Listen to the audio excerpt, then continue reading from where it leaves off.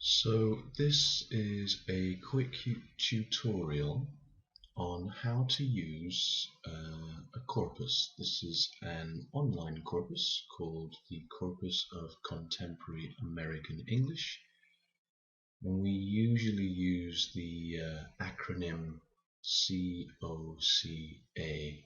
You'll often see it called COCA. Okay, so how am I going to use this? Well, first of all, let's look at some errors. So this is my error board,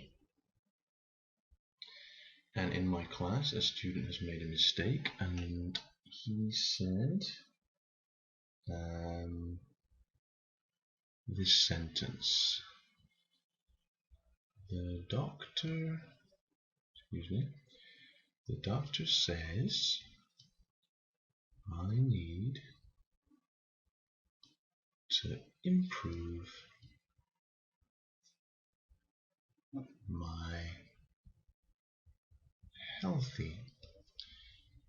And as the teacher, I would say to him, that's a good sentence, however this word here is not the correct word. And I would say this is an error, and it is a word form error. So what does that mean? Well, how can we use this program to find out? So over here I have the a little bit like Google, the search input. It's a bit more complicated and we have to learn how COCA thinks, or what language it understands.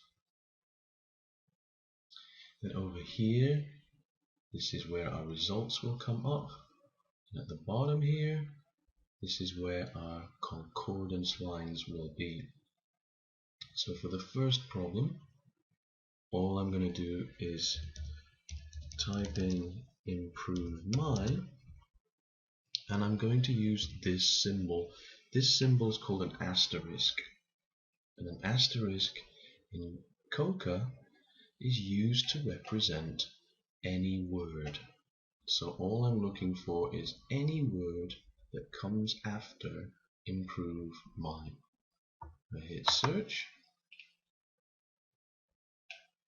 You'll see that the first example is improve my health. Another student has made a sentence, and this is what they wrote: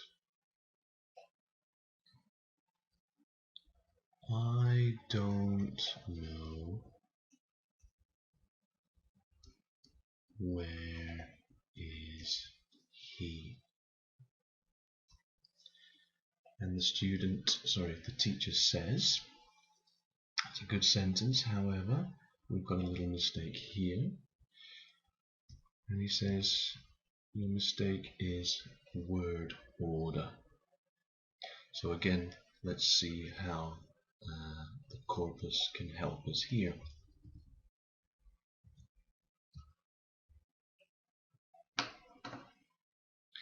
So this time, I'm going to put in I don't know where, and we're not going to put anything after it. We're just going to leave it like that and click search.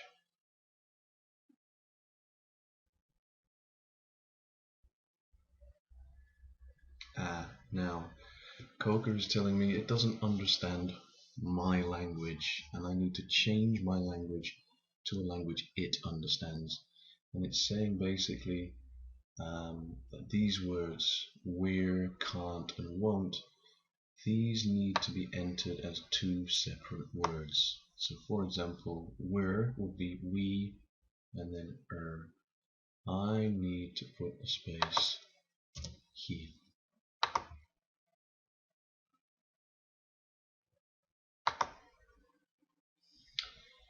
Here we get our results. There are many examples, 1,473 examples. Let's click on this. And this time we're going to look at the concordance lines.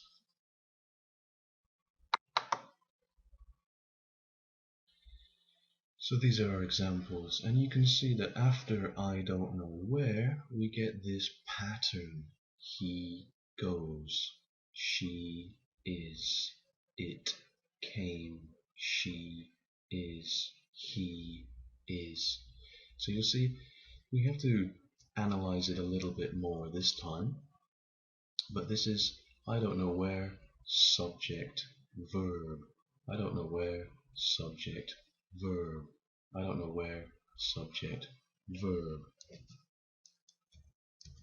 Going back to our example, you can see I don't know where, this is verb, subject. So this is the opposite order.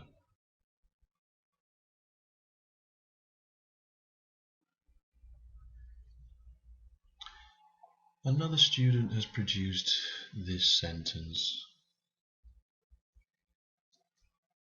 Life here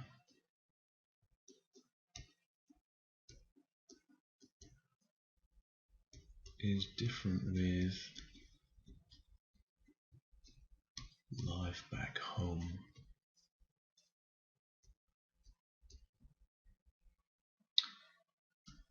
And the teacher says that, well, it is a good sentence, but we've got a tiny little error here. It's a preposition mistake. So how do we use COCA to figure out a preposition mistake? This time I'm going to change display. Before we've been using list, and over here we get a list of results. This time I'm going to use quick. And quick stands for keyword in context. So our keyword here is different. Let's see what. As you can see, we get a very colorful set of concordance lines at the bottom here. But all we're interested in are prepositions. And if you look around, you'll see the color yellow from, of, at, of, between. Color yellow represents prepositions. So all we need to do is look for yellow things that come after the word different. So different after, different from, different in. And you can see there is no different with. And the most common yellow, most common preposition is this word from. We can check that in a different way. If we use list and then use our asterisk again to find out what's the next word,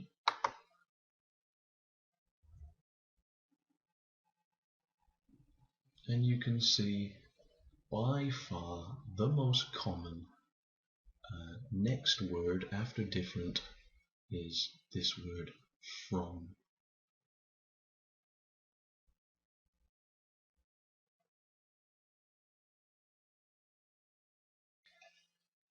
Another student has produced an excellent sentence.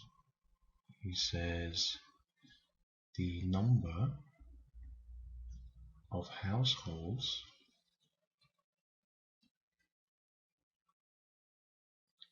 with internet access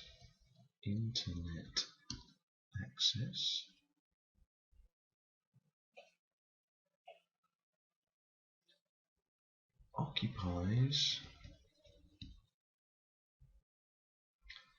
78%. And the teacher is very happy with the sentence. However, he says this verb here, this verb is not the verb we use when talking about percent. In this case, this is just the wrong word. So how can we use COCA to find out the right word? Let's see. This time it's a little bit more complicated. We need the word percent,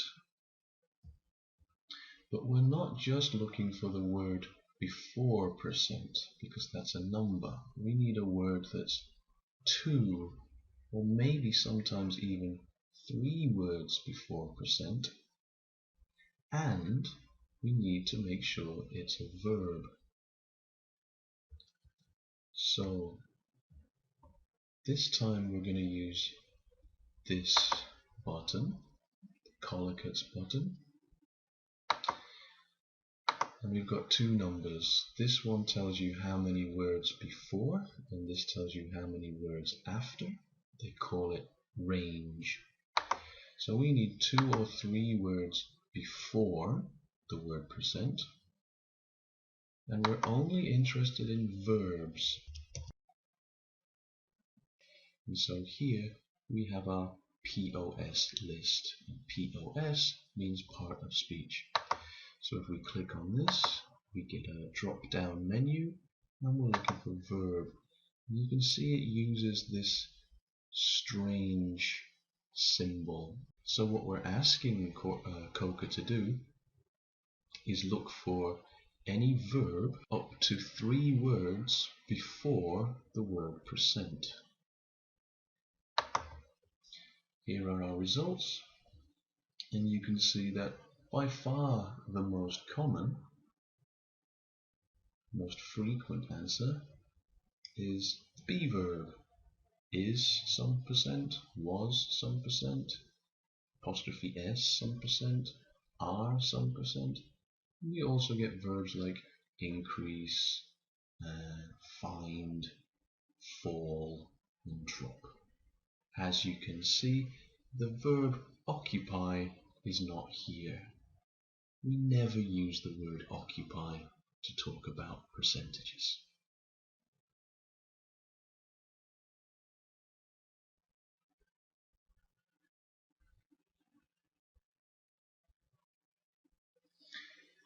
Okay, next sentence.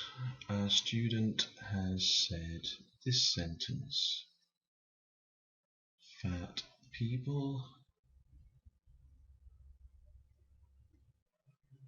are on the increase. As a teacher, I'm very happy, but I say to the student there is a slight problem. This on the increase is very good academic formal English. Fat people, on the other hand, is not very good. So we have a problem that we have 2 different registers.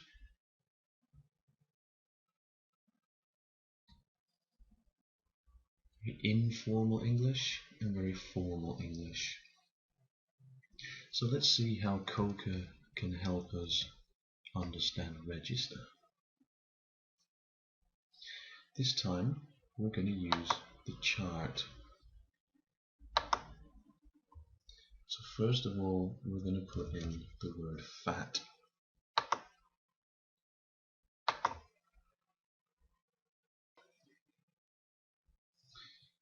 And what we get is this chart, and you can see that the word fat is mostly used in magazines.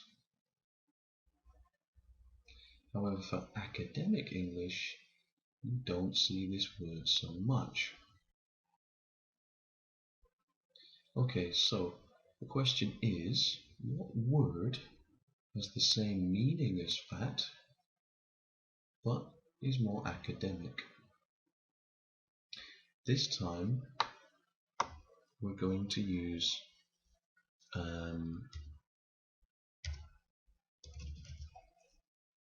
this symbol, and what this means is square brackets with an equal sign means that we're looking for synonyms of fat.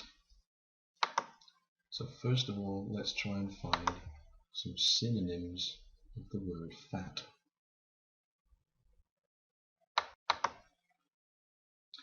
Here we have it. We have big and large and huge. So let's just take these two. These big and large are by far the most common words. So we'll do the same thing. Big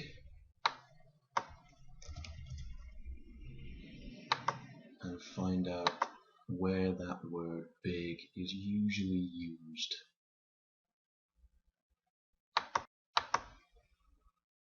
And we have our answer. Big is very much a spoken word. It's also used in fiction, magazines and newspapers, but not very academic. How about the word large? We have our result, and you can see that while large is still used a lot in magazines, it's also used a lot in academic English. So rather than say fat people, we could say large people are on the increase.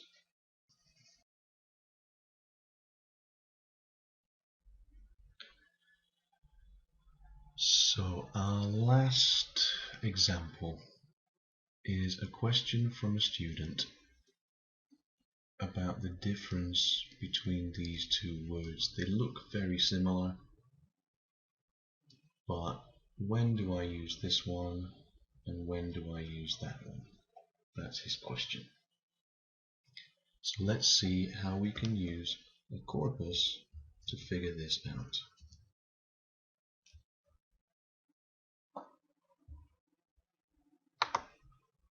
This time we're going to use the compare button, and in one search box we'll type in the word raise, and in the other search box we'll type in the word rise. We're going to look around these words, 3 words before, 3 words after, for some kind of noun. So what noun is usually used around this word, and compare that with what kind of noun is usually used with this word.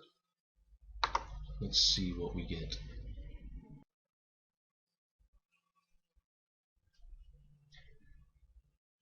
Here are our results, and you can see usually around the word raise we use raise money, raise funds, and in fact there's a lot of money words here.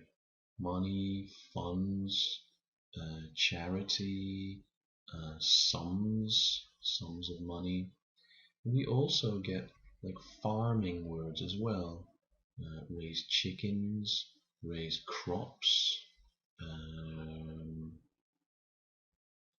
raise goats.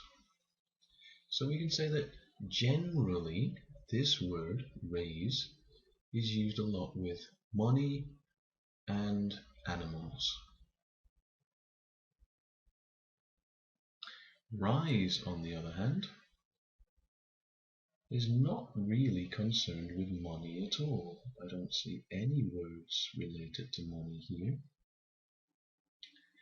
But I do see words like Islam, capitalism, fascism, fundamentalism, a lot of isms, and these are ideas. Christianity and Islam, these are religions, so again ideas. So we can say that rise is often related to ideas, and of course things like the sun, sunrise, moonrise, sunshine, and dawn. So while raise is concerned with money and animals, rise is concerned with ideas and the sun. So this was just a quick introduction. There is a lot more to learn about how to use a corpus, but I hope this maybe is helpful for some of you